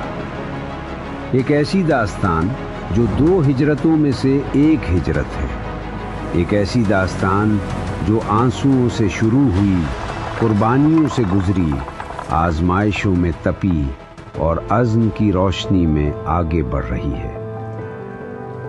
ये सफ़र उन आँखों की ताबीर था जिन्होंने गुलामी के अंधेरों में आज़ादी का सूरज देखा था। मैंने वो माएँ देखी हैं जिन्होंने बच्चों को सीने से लगाया और पाकिस्तान का नाम दुआओं में बसा लिया। मैंने वो बाप देखे हैं जिन्होंने सब कुछ खो दिया सिर्फ इस वतन को पाने के लिए। मैंने वो नौजवान देखे हैं जिनके कदमों में थकन थी मगर दिलों में एक नई ममलिकत की रोशनी थी। ये अमानत आसानी से नहीं मिली और यही अमानत आज भी मेरे वजूद की बुनियाद है। आजादी के बाद सफर सहल न था। इरादे तो थे मगर इदारे नहीं थे। मसाइल तो थे पर वसाइल नहीं थे। न रास्ते हमवार थे न जमाना मेहरबान, मगर यकीन था। हाँ, वो यकीन जो हर कमी पर गालिब आ गया। फिर इस कौम ने खाक से अफलाक का सफर बांध लिया। खेत आबाद हुए, शहर बसे और परचम बुलंद हुआ। फिर वो दिन भी आए जब इस वतन के हौसले को आजमाया गया, जब सरहदों पे खतरे की आहट हुई। तो मैंने मैदानों में जवानों के कदमों की चाप महसूस की, फजाओं में शाहीनों की ललकार सुनी, समंदरों में मुहाफिजों की खामोश निगहबानी देखी। सितंबर की जंग में कौम ने दुनिया को बताया कि दिफा हथियारों से नहीं हौसले से होता है। 1971 का जख्म भी मेरी याददाश्त में महफूज है। वो जख्म गहरा था मगर उसने हमें ये सबक दिया कि अदल, बसीरत और हमाहंगी रियासतों की असल ढाल होती है। फिर वक्त ने मुझे वो लम्हा भी दिखाया जब पाकिस्तान ने चागी के पहाड़ों में ज़ामिन बका का ऐलान किया। फिर एक और दौर आया, अंधेरों का दौर, आग, खौफ और गम का दौर। मैंने मस्जिदों के सहनों में खामोशी देखी, मैंने बाजारों में खौफ देखा, मैंने सुकूनों की दीवारों पर दुख देखा। दहशतगर्दी के खिलाफ मैंने इस वतन के बहुत से बेटे कुर्बान होते देखे, लेकिन अवाम का हौसला टूटते नहीं देखा। ये कौम थकी नहीं, रुकी नहीं, झुकी नहीं।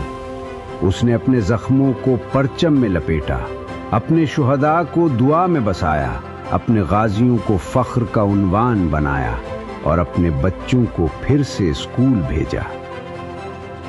और यूं अंधेरा छटता गया और रोशनी वापस आती गई। फिर गुज़श्ता बरस मैंने एक और आजमाइश देखी, जब मशरिक से धमकियों का गुबार बुलंद हुआ, इश्तियाल का शोर बढ़ा, मगर मैंने पाकिस्तान को बेकरार नहीं देखा, मैंने उसे बावकार देखा। मैंने देखा कि रियासत ने तहम्मुल दिखाया मगर कमजोरी नहीं दिखाई। ऑपरेशन बुनियानुम मरसूस ने सिर्फ दिफाई सलाहियत नहीं, एक कौम का मिजाज दिखाया है कि ये कौम अमन की ख्वाहां है मगर दिफा से गाफिल नहीं। इस कौम को धमकियों से डराया नहीं जा सकता और दबाव से झुकाया नहीं जा सकता। ऐ मेरे वतन के शहीदों, आपका जिक्र आता है तो मेरी दीवारें भी एहतराम से झुक जाती हैं। आपने कौम को जिंदगी दी है, आपने अपना आज नहीं खोया, हमारे कल को महफूज किया। आपकी मां को सलाम, आपके वालिद को सलाम, आपके बच्चों को सलाम। और ऐ मेरे गाजियों, तुम वो लोग हो जो मौत की आंखों में देखकर साबित कदम रहे। तुम वो सुकून हो जिसके बायस कौम चैन से सोती है। कौम तुम पर फख्र करती है, मैं तुम पर फख्र करता हूँ, पाकिस्तान तुम पर फख्र करता है। जब मैं मुस्तकबिल की तरफ देखता हूँ, मुझे एक ऐसा पाकिस्तान दिखाई देता है जो महफूज भी है, मजबूत भी और बावकार भी। जहाँ इख्तलाफ हो मगर नफरत न हो, जहाँ सियासत हो मगर कीमत रियासत न हो। मैं पाकिस्तान मॉन्यूमेंट, तुम्हारा खामोश बुजुर्ग, आज तुमसे चंद बातें कहना चाहता हूँ। अपनी सफ़ों में नफरत को जगह न दो, मायूसी को मिजाज न बनने दो। अफवाह, तकसीम और बदएतमादी से खबरदार रहो। पाकिस्तान को सिर्फ चाहो नहीं, पाकिस्तान को सवारो। आओ इस यादगार के साए में एक अहद करें, हम पाकिस्तान की खुद मुख्तारी पर आंच नहीं आने देंगे इंशाअल्लाह। मैंने तुम्हारा माजी देखा है, मैं तुम्हारा हाल महसूस कर रहा हूँ और मुझे तुम्हारे मुस्तकबिल पर यकीन है। हाँ, वही यकीन जो हर कमी पर गालिब आता है। ये मारक़े हक़ है, तुमने लड़ना है और तुमने ही जीतना है, क्योंकि तुम हो बुनियानुम मरसूस। अल्लाह ताला तुम्हारा हामी और नासिर हो। पाकिस्तान जिंदाबाद।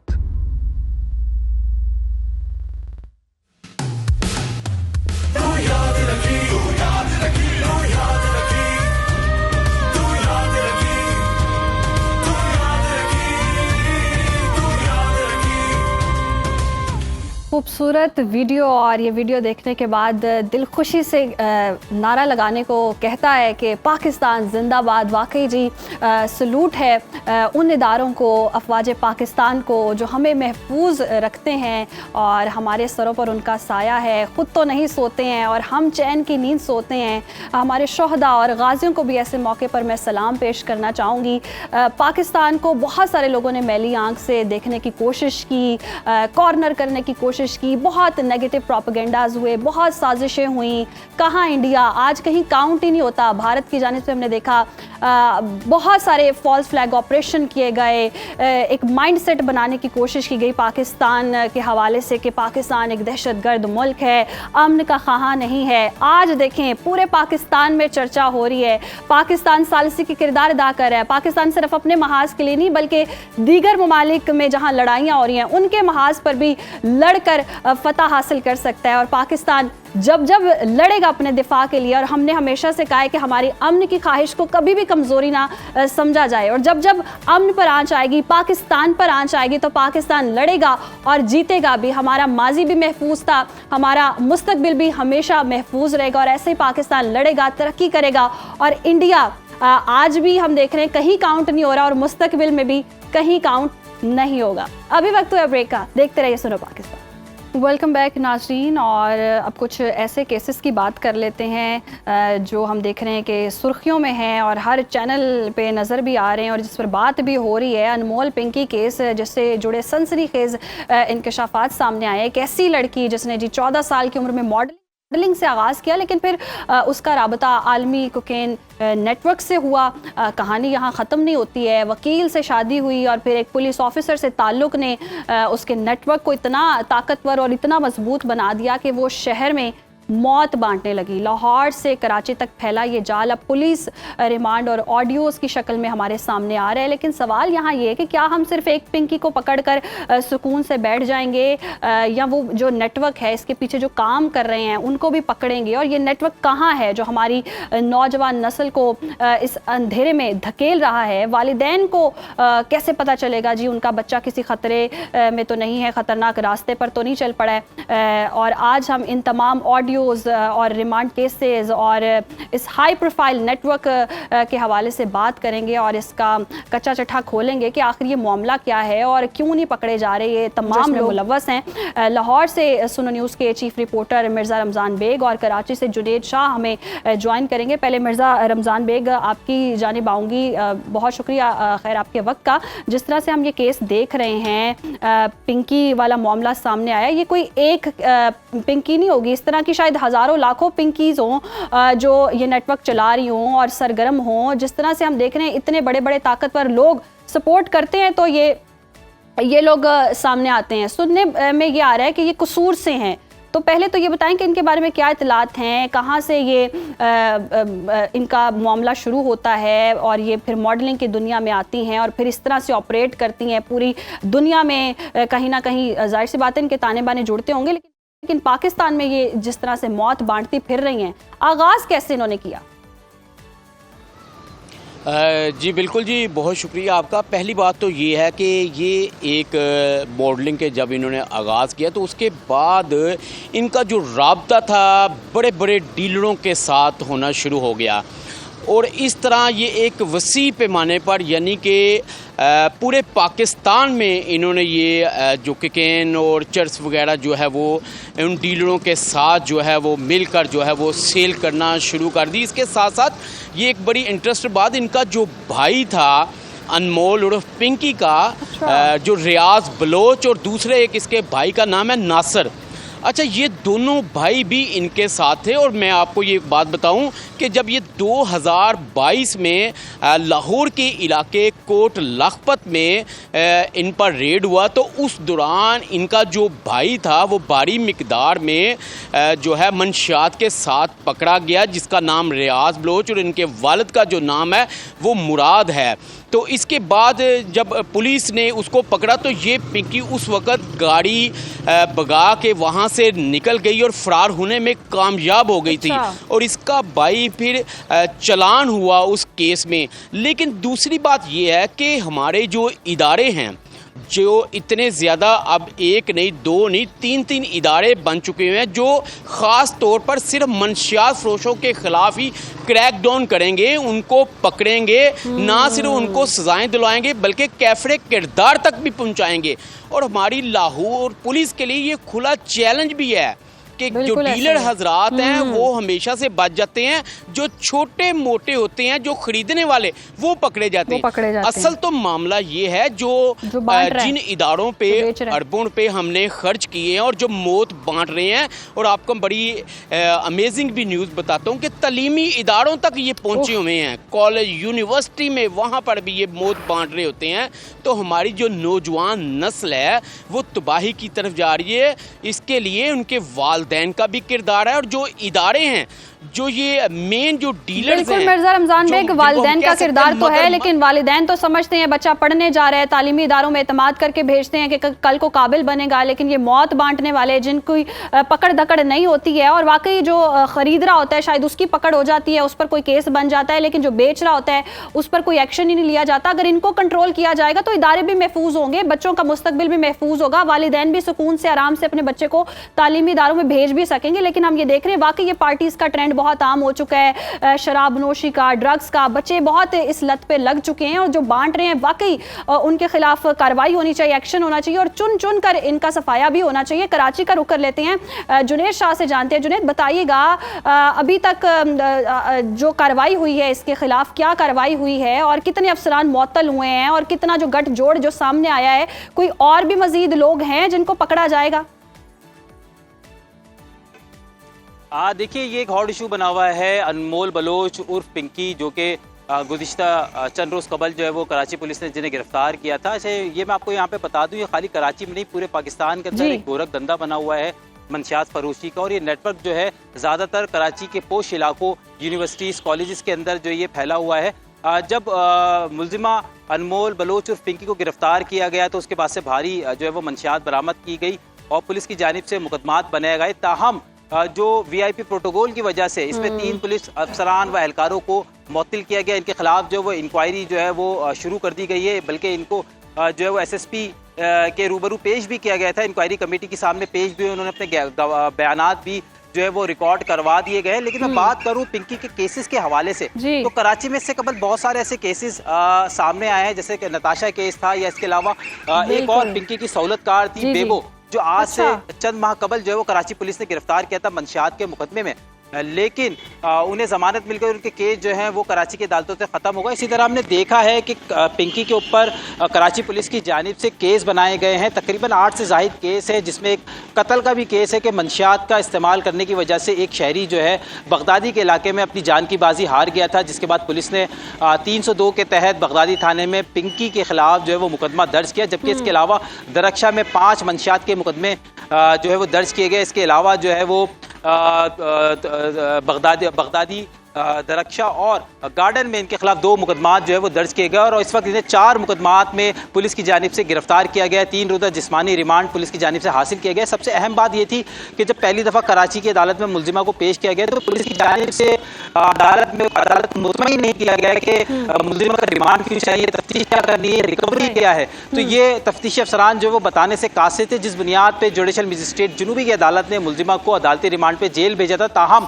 मीडिया पर खबर चलने के बाद पुलिस को होश आया, पुलिस हरकत में आई, मुलजिमा के खिलाफ इन्वेस्टिगेशन की और शवाहिद इकट्ठा करने के बाद जो है नजरसानी की दरख्वास्त लगाई गई और गुज़िश्ता रोज मुलजिमा का 3 रोज़ा जिस्मानी रिमांड हासिल किया गया। मैं यहाँ आपको एक तफ्तीश में जो नुक्स पाए जाते हैं, जो पुलिस की जानिब से जो सकम पाए जाते हैं तफ्तीश के अंदर, वो वाज़ेह थे कि पुलिस जो है वो ऐसा लग रहा था कि मुलजिमा को सहूलत फराहम कर रही है। ताहम जब मीडिया पर खबर नशर हुई तो पुलिस ने भी जो है वो शिकंजा जो है वो अपना सख्त किया।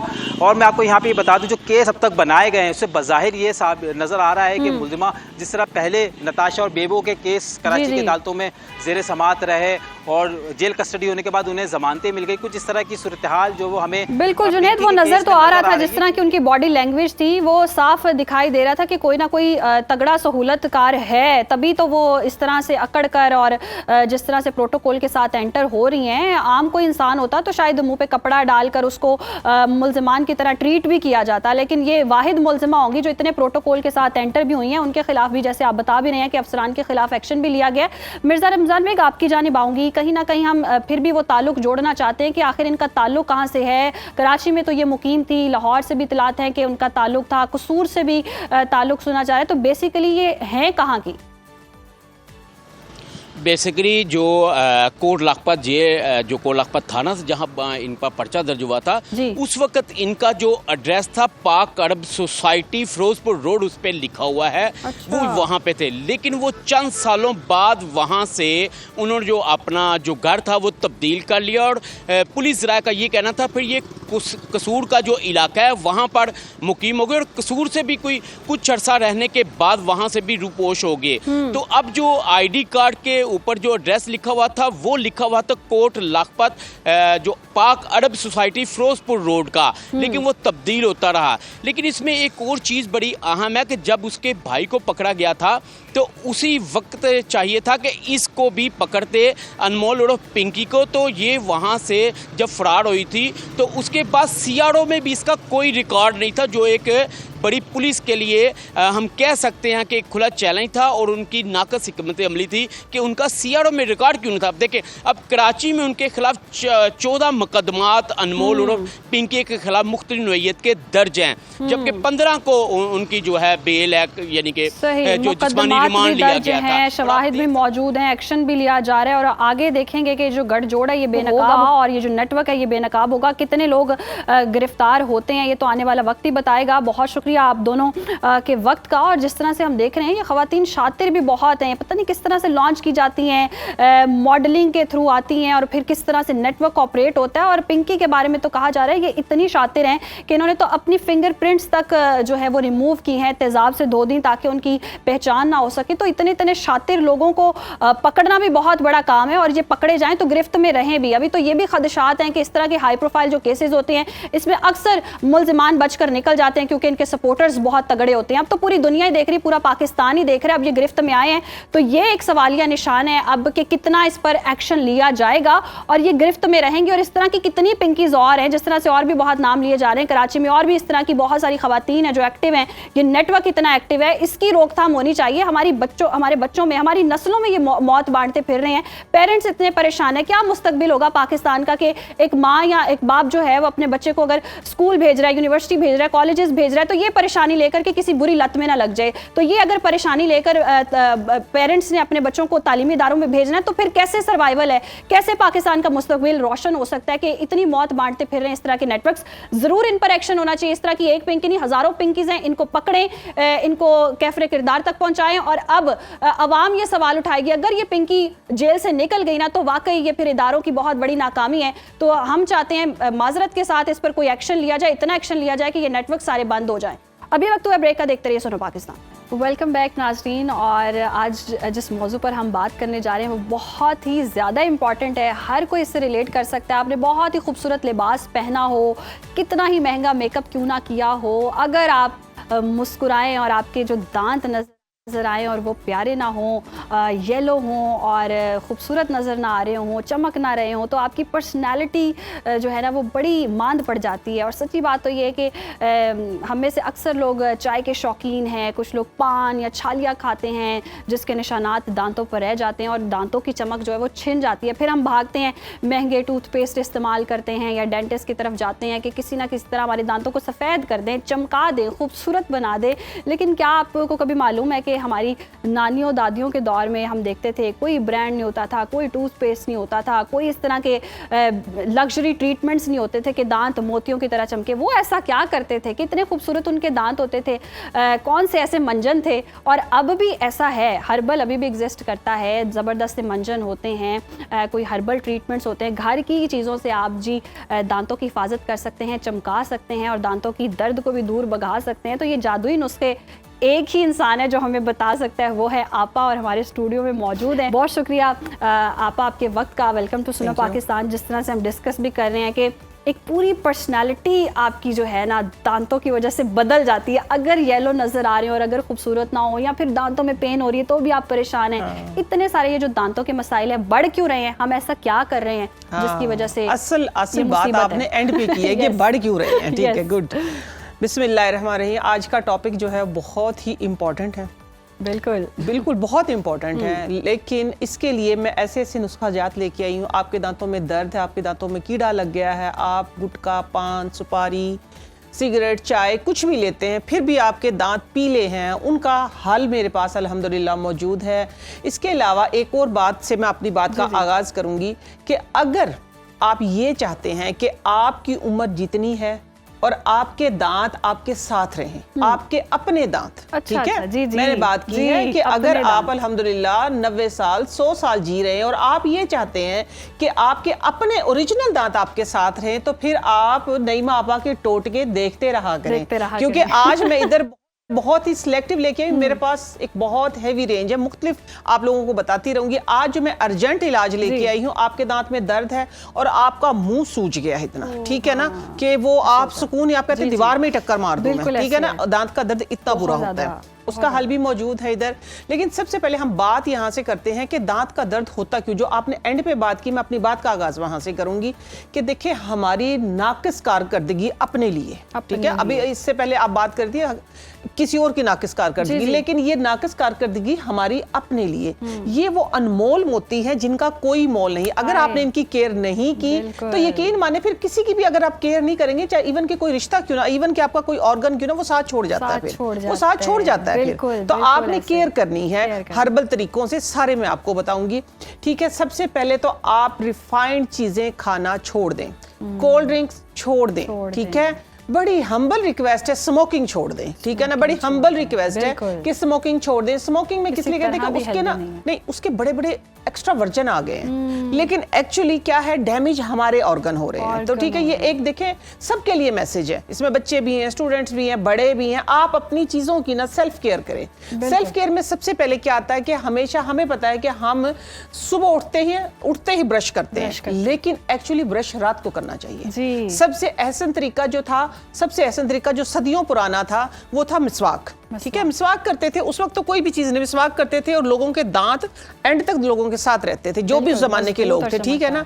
लेकिन क्योंकि अब लेकिन उस दौर में लोग क्या था, हेल्दी एक्टिविटी भी करते थे, हेल्दी खाते थे। जो एक मेरा स्लोगन, मैं सदियों पुराना स्लोगन लेके निकली हूँ कि नेचुरल खाओ, नेचुरल पियो, नेचुरल जियो, ठीक है। बैक टू नेचर, नेचर की तरफ आ जाओ। तो ये सारी चीजें आपको नेचुरल ही इधर नजर आएंगी, ठीक है। नेचर की तरफ अगर अभी भी आप आगे, आप यकीन मानो आप हेल्दी जियोगे, ठीक है। सबसे पहले हम बात करते हैं कि अगर आपके दांत में अचानक से दर्द हो गया है, ठीक है, चाहे उसमें कीड़ा है, चाहे उसमें खोड़ है, चाहे आपके मसूड़ा फूल गया है, या आपके खुदा ना खास्ता जो पीछे जिसको कहते हैं ना कि एक एक्स्ट्रा निकलती है दाढ़, अक्ल आप में नहीं है, आ रही है अक्ल, ठीक है ना, और वो फिर आपको पता भी दे रही है। बस ये है कि आपका मुंह सूज गया, ठीक है। तो आपने उसका क्विकली हल क्या निकालना है, इतना आसान है कि आपकी सोच से बढ़ के, ठीक है। आपके दांत में अर्जेंट आराम आएगा, क्योंकि मैं तो हैरान हो रही हूँ कि इतने डेंटल हॉस्पिटल बनते जा रहे हैं, और मैं अल्लाह बचा के रखे, हमें ट्रीटमेंट्स भी शुरू हो, मैं कहती हूँ अल्लाह हमें बचा के रखे कि एक केस में हमें पूछना पड़ गया था, सिर्फ जस्ट पूछना पड़ गया, उनकी तो फीसें इतनी भारी हैं, तो इतनी भारी फीसों से बचें, सस्ता सा नुस्खे की तरफ आते हैं हम। ये देखिए, ये है अखरोट की छाल। इसको पहले एक लैंग्वेज में इसको मिस्सी भी बोलते हैं, इसको दातन भी बोलते हैं, इसको एक और सकड़ा भी बोलते हैं, ठीक है ना। ये आपके मुंह को ना सुर्ख कर देता है, ठीक है। ये है अखरोट की छाल, मैं इसको इस्तेमाल करती हूँ, ठीक है। दूसरी चीज इसमें क्या आएगी, दोनों तरह की फिटकड़ी, ठीक है। दोनों तरह में से एक कोई भी ले सकते हैं टाइप। ये देखिए, ये है लाल फिटकड़ी और ये है सफेद फिटकड़ी, ओके, ठीक हो गया, ठीक है। अगली चीज इसमें आएगी लौंग, ठीक हो गया। ये है लौंग, टूथपेस्ट भी इन्हीं की चीजें, ठीक है ना। ये है लौंग। अब देख लीजिएगा, ये नुस्खा मैं आपको बताने लगी हूँ, इमरजेंसी जिसको कहते हैं ना, कि इमरजेंसी में जो आप भागते हैं, आप इमरजेंसी में किचन में भागेंगे। अगली चीज आएगी इसके अंदर सफेद नमक, ठीक है। अब आप लोगों ने करना क्या है, ये वाला माउथ सोल्यूशन बनाना है। माउथ सोल्यूशन बनाने से आप माउथ वॉश बनाए, इसको माउथ सोल्यूशन भी बोल रही हूँ, ये माउथ वॉश है एक्चुअली। ये आपका माउथ वॉश, आपको ये सारी चीजें इसके अंदर नजर आ रही होंगी, ठीक है ना। अब किया क्या था मैंने, तकरीबन ये वाली 1.5 बॉटल पानी की ली है, इसके अंदर 25 से 30 मैंने लौंग डाली हैं, और इतनी बड़ी साइज का एक ये दातन डाला है, ठीक है। और तकरीबन आप ये कहें कि इतने साइज की मैंने एक फिटकड़ी डाली है, इसे आधे वाले साइज की मैं दोनों ही डाली हैं, ठीक है, क्योंकि यहाँ पूरा नुस्खा देने लगी हूँ मैं। ये इतनी सी मैंने फिटकड़ी डाली है, और इसके बराबर ही मैंने डाला था नमक। अब मैंने इसको इतना पकाया कि ये इतना रह गया। ये आपका 8 से 10 दिन खराब नहीं होगा, ठीक है, कम अज कम, ठीक है। अब आपने करना क्या है, नीम गरम की कुल्ली करनी है, और खूब अच्छे तरीके से करनी है, दिन में 3 बार करें।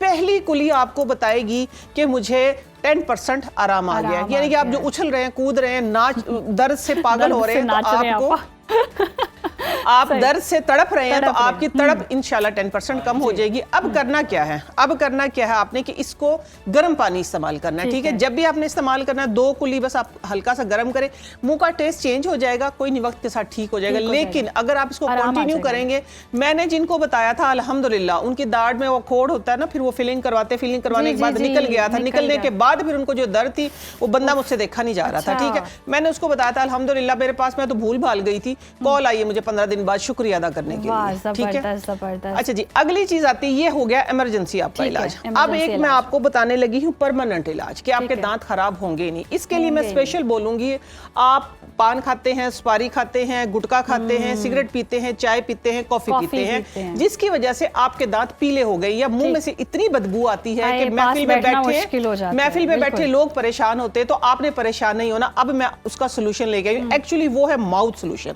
ये आपको नजर आ रहा है, ये है माउथ सोल्यूशन मैंने बनाया। ये किन चीजों से बनाया है, इसमें बेसिक चीजें मैं आपको बताने लगी। ये देखिए, इसका कलर आप चेक करें, ठीक है, कलर ऐसा ही होगा, ठीक है, कलर जो मैं चीजें बताऊंगी कलर ऐसा ही बनेगा, ठीक है, ठीक है, ये कलर ऐसा ही बनेगा। नमक भी है इसके अंदर, काला नमक भी है, फटकड़ी भी है, लौंग है, अकरकरा है, माजू है, इसके अंदर मैंने मजीठ है। ये सारी वो चीजें डाली हैं एक खास मिकदार में, लेकिन आपने इसके अंदर खास तौर पे काली मिर्चें, काली मिर्चें, ये देखिए काली मिर्चें जो है ये बादी को खत्म करती है, आपके मसूड़ों की सूजन को दूर करती हैं। इसके अंदर जो मजीठ डाली है, मजीठ आपने, मजीठ जो होती है वो एंटीबायोटिक है, ठीक है। हल्दी जो है वो इसके अंदर एंटीबायोटिक है, अम्बा हल्दी रोस्ट करके डाली हुई है। ये वो 18 से 20 चीजें हैं। मैं सारी चीजों के अभी नाम बताऊंगी, पहले मैं इसकी इफादियत बता दूं आपको, टाइम ना खत्म हो जाए। आपने ये करना है कि रात को सोते हुए इसको फिंगर के साथ, अगर आप अपने दांत सफेद मोतियों की तरह चमकाना चाहते तो आपने फिंगर के साथ रगड़ के साफ करना है। इंशाल्लाह आप मुस्कुराएंगे, आपकी फेस वैल्यू बढ़ेगी, ठीक है, आपकी फेस वैल्यू बढ़ेगी। और दूसरी चीज, इसका एक और बहुत बड़ा जो फायदा मेरे सामने आया वो ये है कि रात को अगर आप इसके साथ दांत साफ करके सोते हैं, कुछ नहीं खाते उसके बाद, तो सुबह आप अपना लुआब, मैंने क्या बोला, अपना लुआब अगर आप अपनी आंखों में डालते हैं, डाल के और थोड़ी सी एक्सरसाइज कर लेते हैं 7 टाइम, मैं दोनों चीजें करके दिखाऊंगी क्योंकि एक तीर में 2 शिकार हो रहे थे, इसलिए मैं आप लोगों को बताने लगी हूँ कि आपने सुबह अपना लुआब इससे साफ करने के बाद, ठीक है, मैं टूथपेस्ट की बात नहीं कर रही, ठीक है, इसकी बात कर रही हूँ। आपने अपना लुआब अपनी आंखों में डालना है और ये जो आपकी हथेलियां हैं इनको रगड़ के ये वाला जो हिस्सा है ये इससे ये प्रेस करें। प्रेस करने के बाद 7 टाइम और 7 टाइम क्लॉकवाइज, एंटी क्लॉकवाइज, और ये वाली रग प्रेस करके आप अपने इसको इस तरह करें।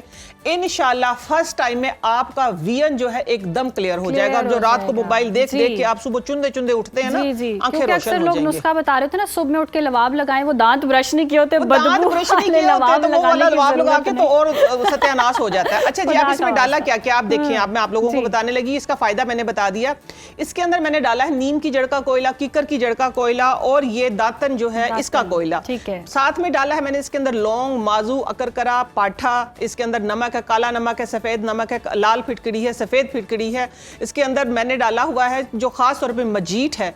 सारी वो चीजें इसके अंदर आप बराबर मिकदार में ले डालें, ठीक है। और फिटकड़ी दोनों तरह की आपने खिल करके डालनी है। और ये कोयले की वजह से इसका ये कलर, लौंग का भी मैं कोयला बनाती हूँ, लौंग को हल्का रोस्ट करती हूँ, ठीक है। उसके बाद इंशाल्लाह अगर आप सुबह शाम मतवातर ये कर लेते, मैं गारंटी देती हूँ, नई माँ आप लोगों के सामने बैठी है, इंशाल्लाह देखिए खुदा ना खासा आपको कोई बड़ी डिजीज ना हो, ठीक है। मैं ये दावे नहीं करती क्योंकि अक्सर होता है ना कुछ लोगों को इंटरनल बड़े प्रॉब्लम कहीं चल रहा होता है, सिम्टम कहीं आ रहे होते हैं, खुदा ना खासा कोई बड़ी डिजीज ना हो। अदरवाइज आपके दांतों का, मसूड़ों का खून, ब्लीडिंग हो रही है, किसी किस्म का कोई मसला है, तो ये आपका वाहिद, इसका नाम मैंने रखा इसका नाम क्या रखा है, माउथ सोल्यूशन, आपके पूरे फनल का सोल्यूशन, ठीक है। इसके अलावा मैं इसके अंदर लौंग का तेल डालती हूँ, नीम का तेल डालती हूँ, सरसों का तेल डालती हूँ, कोकोनट ऑयल डालती हूँ इसकी बाइंडिंग के लिए, ताकि ये फक आपके अंदर भी ना जाए। तो आप यकीन माने कि आप खुद जिसको कहेंगे ना कि निहाल हो जाएंगे, दर्द से निजात मिल जाएगी। ये जो नीम का तेल है कड़वा कड़वा तो नहीं होगा, इसका जायका कैसा है? नहीं, इसका टेस्ट ऐसा नहीं होता। नीम का तेल देखे ना, ये रखा हुआ है, ठीक है, कोई कड़वा शड़वा नहीं होता, ठीक है। हाँ, ये देखिए मैं बना के रखती हूँ।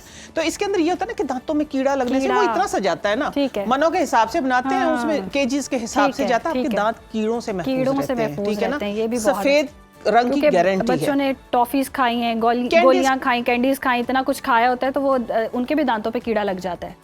मैं तो हैरान हो रही, छोटे छोटे बच्चों के दांतों में कीड़े लगे हुए हैं। छोटे छोटे बच्चों को दांत साफ करने की आदत नहीं है, आदत नहीं है ना, आदत डालें। जिस तरह मैंने अपने घर में ब्रश कम रखे हुए हैं, एक दिन के लिए ब्रश रखा हुआ है बस, ठीक है। ये नहीं है कि हम ब्रश नहीं करते, ब्रश करते हैं, नहीं, एक दिन के लिए रखा हुआ है। बाकी हम क्या करते हैं कि इसके साथ मेरा पूरा ब्रशेस के भी बहुत टाइप आ गए ना, ये वाले पता नहीं रेशे इस्तेमाल करें, जिस चीज को आप इस्तेमाल करने लगे उसके वर्जन आ जाते हैं, फिर लोग इस्तेमाल पे लग जाते हैं ना, ठीक है ना।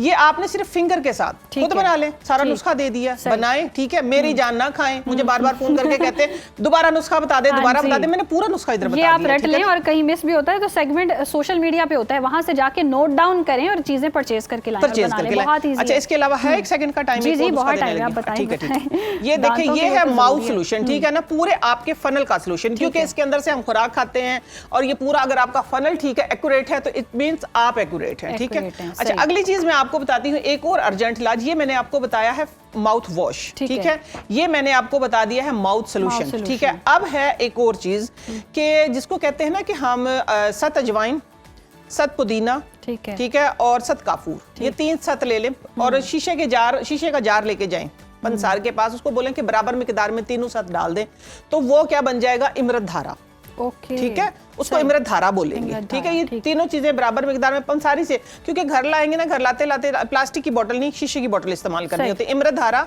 ले आए। अगर रात को दर्द है और ये इन चीजों में से कोई चीजें नहीं है, वो चीज हर वक्त आपके हर घर में होनी चाहिए, ठीक है। मेरे घर में आज मैं लाना भूल गई, मैं आपको वैसे बता देती हूँ, ठीक है। तो वो चीजें ले आएंगे आप, शीशे की जार में रखेंगे, वो सालों साल खराब नहीं होती। आपने सिर्फ कॉटन के ऊपर इतना सा लगा के दांत जहाँ पे दर्द रखें और फिर दर्द भूल जाएं। वाह, दर्द भी भूल जाएं, दांत भी चमकाएं और मुंह की जो बदबू है उसको भी दूर भगाएं। बड़े ज़बरदस्त नुस्खे आपा, बहुत शुक्रिया आपके वक्त का। और देख लें आपके दांतों के तमाम मसले नुस्खों में हल हो गए हैं। सेगमेंट में सोचे तो सोशल मीडिया पे जाके नोट डाउन करके आपने ये नुस्खा तैयार कर लेना है और दांतों को चमकाना है। मुझे दीजिए इजाज़त, कल फिर मुलाकात होगी। अल्लाह हाफ़िज़।